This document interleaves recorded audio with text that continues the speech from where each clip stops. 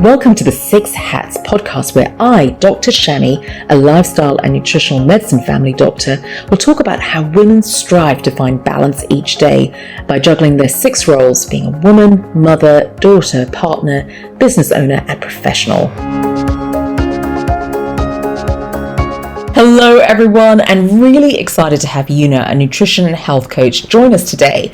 And I love to explore health coaching. What does coaching actually mean? So Youna will give us so much insight into this today. So thank you, Youna, for joining us. Thank you for having me. Excellent. So often where I see coaching as a necessity, and there's a bit of an inhibition to actually move forward with it. And for example, patients will come to me saying, yep, I do need to start my diet tomorrow. I do need to eat differently, but I'll do it next week, or I'll start that on another day. Or for example, I need to exercise. I know I need to move. It makes me feel good. I need to do it for my mental health, but I lack motivation. And that's where I see coaching can really help. But when do we need to see you?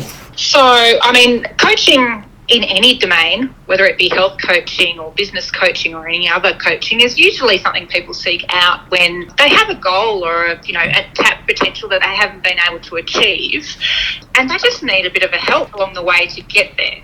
So ICT health coaching is often something that people seek out when they've been trying to achieve a certain health goal, but they find that they can't find the time or the focus or even the energy to actually make those changes that they've been trying to make on their own. And that's the problem, is that often they are trying to make those changes on their own, and they don't necessarily have a strong support network to help them on their journey. And that's where a health coach can be really valuable. Fantastic. So in your experience, what are the common reasons why people are unable to start like a new habit? Because I know habits take a while to actually become a habit, but new behaviors, why do people sort of procrastinate, or why does it take a while for them to initiate change? Oftentimes it's because people don't know where to start. So they know that they want to achieve something health-wise, but they simply don't know where to begin. They've probably got a lot of information that they've received, maybe from their healthcare provider or through their own research, and there is plenty of information out there that can support people, but they simply don't know where to start. And then after that, it's often trying to find the time and the focus. Focus is a really important one here.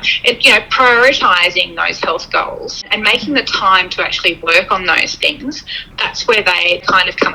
So everyone has probably experienced, where 1st of January, I'm on a health kick, I want to start a new routine, and motivation is usually really high at the beginning, and then very quickly it drops off. And that's often because, we start, but we don't know how to keep, what's the next step, where to go from here. We find other things to take our attention and focus away from that health goal. And sometimes it's even just a lack of support, a lack of accountability, someone to actually hold you accountable and keep you on that right track. So true. And I love what you said, because often it is actually overwhelming. You might have come out of a consultation with your healthcare professional and there might be 10 things to do on this list, and it is overwhelming. And I actually really understand how it can be just an overload of information. It's too hard.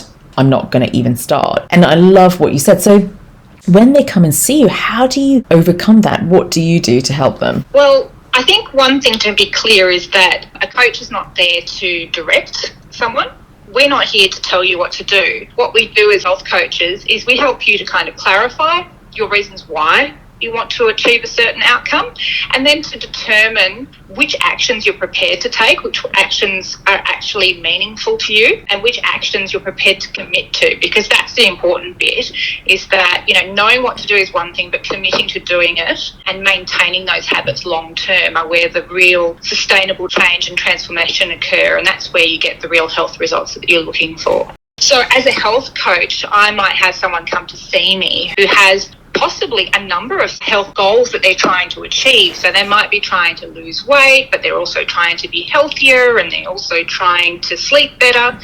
So what we do as health coaches is we sit down and help that person really unpack their reasons for wanting to achieve a certain outcome, and then helping them to prioritise which one of those outcomes is most important and which one that they're willing to focus on and make changes to, and then develop an action plan. How do you do that? Because it's one thing to say, oh, I want to achieve something and this is what I want to achieve. Then we help them break that down into actionable steps so that they can actually get to that goal at the end of the process. Fantastic. So in a way, yeah, like exactly what you said, coaching them into sort of guiding them. And you made a really good point. You're not telling them what to do. And it's really interesting when I really reflect on healthcare and over the last 20 years, how when people go to see their doctor, they're handing over responsibility. And this is where functional medicine and integrative medicine is very different, and how nutrition and lifestyle medicine is very different. The patient needs to take responsibility for their health. And often, when we think about chronic diseases, often it's due to lifestyle issues, for example, food habits, sleep, stress, and movement. And only you can change that. Only you can take that initiative to make the changes. And I actually think it applies to various aspects of health. For example, if you come in and go, I've got shoulder pain or I've got lower back pain, please fix it. Often we don't go deep into lifestyle and go, well, you're actually sitting for 12 hours of the day, you're not moving, you're not stretching. And there's a level of responsibility that we have to take as individuals to look after our own health. What are your thoughts around that, Youna? Oh, absolutely. And that's what I love about health coaching. It's very client-centered. It's all about, empowering the client to really take control of their own health. Because I think once you take control of things, once you know that you have the power to make those changes yourself, then the outcomes are so much more meaningful and you're far more invested in sustaining that change long term, right? If someone else is directing your outcomes for you, you may be compliant for a little while, but eventually you fall off that wagon if you don't feel that you have control of how you're doing things or why you're doing things. And one of the critical elements of successful health coaching is helping people to understand the reasons why they want the outcome that they want. I mean, they may have come out of their doctor's surgery and their doctor has told them that, okay, your health is at a critical point now, and if you don't make a change, it will get worse. But oftentimes the reasons why people want and need to make those changes are not about what the doctor has told them about their health, but more about, wanting to be there for their children, wanting to be able to have meaningful relationships with the people in their lives longer term. And I think that's the bit that I really love working with people and really unpacking all that and reminding them that, you're not losing weight or you're not changing your diet because someone has told you to, but because you want to be around and you want to enjoy life to the fullest with those that you love and and do things that are meaningful for you, have a meaningful life. Absolutely. And I love how you shared the why. Often it's actually really hard to go down to the why, because when you sit back and go, right, I need to start exercising more, you actually need to take the time to find your why. Is that something that you found as well with your clients? Yeah, it can take many iterations to actually get to the real core of why people are doing something. And look, it goes in reverse as well. There's a lot of work that is done to understand the reasons why people got to where they are in the first place as well, why their health has deteriorated so much. And oftentimes there are other issues at play or things that people have ignored for a long time. Having this process of working with a health coach and being able to reflect on how you got to where you are can be very, very powerful in helping to reverse that and implement new habits to move you away from that state of ill health or having, compromised immunity or whatever the health issue that you're dealing with and you're trying to overcome. That can be a very powerful tool. And I think the key to it is that it is guided by the individual who is, it's client-centered. It's not me telling people what they should and shouldn't be looking for. It's allowing them the space in a safe environment to actually explore that and really come to the heart of what is motivating them. Absolutely. And you also mentioned, and by the way, to our listeners, Youna did a fantastic webinar, which you can all listen to on our links to the website. And you mentioned something really important about accountability and how that can transform whether you are successful or not. Can you share more about that? Well, yeah, accountability is a really important part of the health coaching process. And, how many of us are far more likely to go to the gym when we've got a friend turning up to meet us there, or when there's a deadline, someone's expecting something from us? It can be harder to be accountable to yourself when you're the only person who's involved in the process. We can say to ourselves, I really need to eat better because it'll be better for me, better for my health, or I really should get to bed earlier because I know I should do it. It's a very different thing when you actually have to be accountable for that. And I guess as a health coach, I always remind my clients that, ultimately they're accountable to themselves. The only person they'd be cheating by not being honest and truthful about how compliant they are to their own action plan is themselves. I mean, they'd be cheating themselves out of an outcome, because at the end of the day, I'm not impacted by that day. But the sheer fact that I'm willing to check in with them on a regular basis and see how they're going, or that I've given them a task to report back on a regular basis, is actually quite powerful, because no one wants to feel like they didn't do their homework right. But more importantly, it shows them that, you don't have to have these huge hurdles to overcome to achieve success. Sometimes those wins are in being accountable for the very small steps that you take every day. And so having someone who just reminds you, saying, well, how are you going, checking in, and did you manage to do what you set out to do this week, without judgment. I mean, that's a really important part of this process, is that I'm not there to judge people if they don't achieve their actions for the week. But just even having me check in. I mean, most people are really surprised that part of the health coaching process involves me checking in on a regular basis. I often get people go, I don't want to take too much of your time. And it's like, no, this is what coaching's about. We sit and we have our coaching sessions and we set out a game plan. And then I'm here to help you achieve that. There's no point having that planning if we're not actually going to work towards it. And I relish in, being privileged enough to be able to have someone say to me, oh, yes, I'd really like you to check in on me and see how I'm doing. I feel really privileged to be part of that process. So, and I think it's a really valuable part of the process. Very, very true. And I can think of so many situations where just by going to the gym or going for a yoga class with a friend, you actually do it. And then you add sort of a lovely reward at the end of it. So it becomes a great experience. It's a much more positive experience. But what I remember so well from your webinar is there are a couple of stats that you mentioned, and I often quote it to inspire people. And I think one of them was, if you do have an accountability buddy, you're more was it sort of 95% likely to achieve? Yeah. The statistics are enormous. The research suggests that having an accountability buddy alone increases people's compliance. I don't like the word compliance. I know we use it in healthcare a lot when we talk about people actually adhering to the plan, and I don't like using it, but in reality, people are far more likely to move forward and do what they said that they were going to do if there's someone else, if there's an accountability buddy. And then, look, that doesn't have to be a coach. That can be a friend, a family member, or anything like that. I think the stronger the network of support that you have when trying to make changes, the more likely you are to succeed. I couldn't agree with you more, because I was just thinking on a personal experience of when I had to change my eating habits. I noticed my portion sizes were getting bigger and I was gaining weight, and I desperately needed support from my husband, and I couldn't have done it without him. So it's just, we sort of went on the journey together. And I always say to patients, you do need support. You can't really do it on your own when you're trying to cut out sugar and your family or household is full of sweets. I mean, that is the toughest task to achieve. So it's really, really important to have support. And sort of moving on to a different area of coaching where, in today's world, we are highly, highly distracted. So we live in a time where we're constantly distracted because of the mobile phone, which is glued to us. And I recall hanging out with a friend, and we literally heard the phone going off, the beeps, every 2 minutes. And she did not flinch, and it was driving me crazy, the level of distraction, but it did not bother her at all. Then I kind of reflected, how often are we distracted, and how does that affect focus? Because you mentioned a really important thing. You might have a list of things to do. What do you focus on? And as a result, are we actually accomplishing things if we're constantly distracted? What are your thoughts on that, Youna? Oh, look, distraction is a daily battle for me. I might be a health coach, but we all have our own challenges, right? So distraction is one that, I have had to do a lot of work on to overcome the challenge of distraction.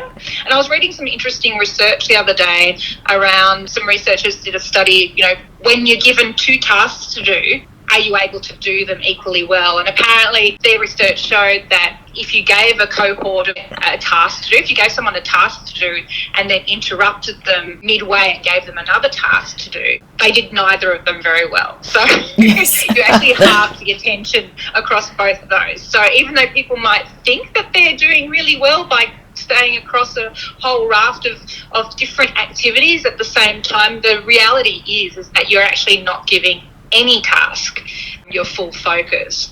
So, there's a lot of work that's being done around this idea of deep work and deep focus, that, in order to achieve productivity in your life, that you really have to work on intentional time being devoted to doing tasks. And that means time without distractions. So, there's a lot of different ways to achieve that, and everyone is different, I guess, but I think the critical part there is being intentional about the time that you use. When you actually commit to focusing on one thing, that you focus on that one thing and you find a way to exclude all those other distractions along the way. It's hard though, because there's a bit of a badge of honour at the moment, that, I can do a million things at once, and being busy is really, highly regarded. Multitasking, we beat our chests about how much we can multitask, but the reality is that you're not actually doing anything particularly well when you try to do that.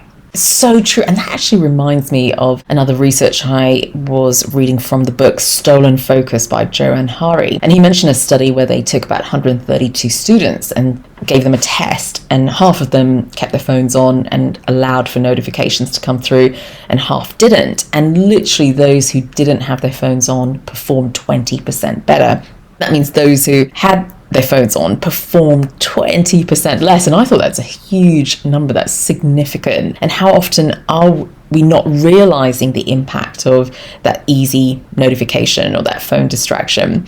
And I've got a funny story to share, because I went for a yoga class yesterday with my friend, and she was just sharing a story of how she went to a yoga class and this lady walked in late with a phone, and then she was doing the poses, but between every pose she was checking her phone and sending messages.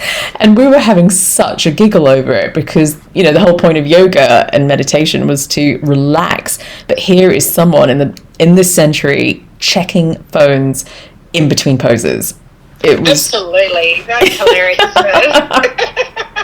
And I go, I should have saved your money and stayed home. Absolutely. And did we forget what this whole class is about? But we're having such a giggle. But that's the way it's gone to, that the extremes. We often see it when we go to the cafes and people are actually just sitting around looking at their phones rather than speaking to each other. So it's a major distraction. But I would love for you to share, how can people get started? So it could be a simple thing of, right, I'm going to put my phone in another room, or I'm going to start walking tomorrow. How can people start?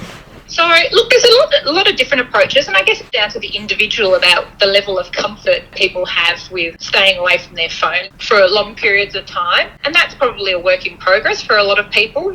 What some people might start by doing is perhaps leaving their phone behind when they go and do something like walk the dog. So they've actually got, a 10-minute or 20-minute window where they're without their phones and actually being quite present in the act of walking the dog, and using that time to perhaps think about, something that's important to them, or working through a problem, while they're walking along, rather than being distracted by social media or what's happening, or even just being, using that time to just enjoy the moment of walking their dog, of being, present in that moment. So that might be a starting point. There's also techniques such as the Pomodoro technique, which is, if you need to blocks of time to actually focus on particular things. So, switching off all those distractions and actually doing some, what I refer to as sprint work. So just locking in, maybe it's 25 minutes or maybe it's 45 minutes. And I guess that depends on how you build that muscle over time. But, giving yourself a fixed amount of time to really work really hard, and then at the end of it, you reward yourself with a break. So that might be 5-minute meditation, that might be 5 minutes scrolling on your phone, if that's really what you need to do. Or it could be any number of, it could be a 5-minute tea break. And that can be a really effective way of getting things done, particularly if you're finding that you're not achieving a lot by trying to do lots of things at once. And I know a lot of people work with a lot of tabs open in their brain throughout the day. So blocking out that time and giving yourself permission to just focus on one thing at a time can be a really powerful approach as well. For those who perhaps are a little bit more keen to explore the idea of reducing distractions completely, I mean, there's a lot to be said for having a digital detox and potentially starting with a weekend of switching off your phone and leaving it behind and not looking at it for a period of time. You know, you could start with a weekend, 2 full days, and not looking at it. I guess the benefit of having a longer period of time like that to spend without a phone is that you can really start to assess whether you missed it, whether other people missed you while you were out of reach. And if you're keen, you can always explore that for longer periods of time. You know, you could take a 1 month break from digital devices. And at the end of that, if you haven't missed it, you know, worried about missing stuff and other people haven't worried about missing you, then, you know, maybe it's time to reevaluate whether that, with social media or whatever it is you're taking a break from, has a meaningful role in your life. So, some really great tips. But the thought, as soon as you mentioned a month without the phone, I actually became quite nervous. I was like, can I do that? And even we went away for just retreat, no access to internet or, you know, phones. And it was hard. And you suddenly realise how dependent you are. It could be music or podcasts. It could be watching movies. It's amazing how we rely on the internet and staying connected. And you're absolutely right. I think it's a really great idea to practice a bit of detox. And it could be a couple of hours in the weekend or the whole weekend, and moving on to, wow, you know, a challenge. That would be a challenge for me the whole month, but I'm up for it. I'm up for a challenge. But just imagine how you would feel after that. You know, how much things you can get done, actually. Well, it's interesting, you know, I don't know if you've ever lost your phone or forgotten it somewhere, and I've had that happen to me a few times, probably as a consequence of being distracted. Yes. Ironically. But, you know, it's amazing how after the initial anxiety of not having your phone is gone and not having, you know, something to fiddle with and play with, it doesn't take that long actually to not need it anymore. Yeah. And, you know, I think we fall into the trap of saying, you know, even if we do these detoxes, that once we have the phone back in our hands, we quickly fall into those habits again. And so I guess the point I'm trying to make is that there's probably a bigger piece of work there for us to really assess how we spend our time. Yeah. And to look at, you know, the time that we devote to work and the time that we devote to ourselves, and actually blocking out time for ourselves and our well-being. Oftentimes people will do it as an afterthought. So we'll block out time to get things done, like tasks done. We'll block out time for work. We'll block out time for housework. We'll block out time for our children. But then when it comes to ourselves and well-being, so relaxation time, we often just try and squeeze it in those gaps. Yeah, so and true. And often we don't do anything meaningful with that time. And so I guess it's as much about being intentional about our downtime as it is about being intentional about our focus time on other things as well. So, you know, being as focused on our relaxation and our well-being as we are on being focused on work and, you know, our responsibilities in life. So brilliant reminders, actually. I mean, the whole point of the podcast is for people to be aware of how stress impacts the body and what we can do. And you've mentioned a great tip, scheduling time for relaxation, making it a priority, which is so true. On that note, Youna, and before we leave you today, are you able to share a story of how you are balancing your professional and family life? I know you've got a very busy family life. Yeah. Well, look, I think like everyone, I have multiple responsibilities, and I guess I have mixed feelings about this concept of work-life balance, because I think it puts a lot of pressure on people to think, you know, each of those things has to be equal. Yeah. We have to have equal amounts of time on work and equal amount of time on our personal lives. And oftentimes those things are intertwined, not necessarily intentionally, but purely on the basis that as an individual you might have certain, I guess, values that direct the work that we do and the way we raise our families and the way we want to live. So I guess for me, I'm constantly trying to achieve a balance between my wants and my needs. Yes, so true. Yeah. Right? And the wants and needs of my family as well. I guess we have a very fortunate setup in that both my husband and I work for ourselves, so we're able to be quite flexible with the amount of time that we spend doing different tasks. But with that also comes some responsibilities. You know, running businesses can be quite hectic at times, but it also means that we can build our lives around, you know, family time, being around for our kids, and having that time to spend on those things that are valuable and meaningful to us as a family. So, you know, we try to spend as much time as we can together on weekends. We try to get away as much as we can. We have a family farm that we like to spend time on. You know, I guess we'd all love to be able to go on holiday a bit more often, but I think it's as much about the quality of time you spend together as the amount of time you spend going away. And look, I think like everyone, it's a work in progress, and I do look to other people to support me through that. You know, even though I am a coach, it doesn't mean I don't benefit from coaching from other people. And that's one of the wonderful things about being a health coach and being part of a community of health coaches, is that there are lots of wonderful people out there who are there able to, you know, provide their expertise and guidance in achieving things. So, yeah, I don't think I have all the answers, but, you know, I think to appreciate that it's a work in progress and that things can change and evolve over time, and that your goals and priorities can change and evolve over time, and to be flexible and open to that and not be, you know, fixed. So great advice. Great advice, Youna. And before we go, where can people find you? So if people want to get in touch with me, I have a website, which is www.thriveover40.com. So they can contact me through there. I invite anyone who's even considering health coaching to book in for a free discovery call, obligation free. So they want to have a chat with me about what health coaching is and how it might be able to help them. I'm more than happy to make some time to have a chat with them, and there's no obligations there whatsoever. Excellent. Thank you so much, Youna. So if you're feeling stuck or a bit overwhelmed of how to make changes, but you can see the end result and you want to get to that end result, do book a health coaching with Youna. She's fabulous. And yes, good luck with the journey. Thank you, Youna. Thanks again, Tammy. Have a great day. Thank you. Remember that this is general advice only. Please see your healthcare professional for more information.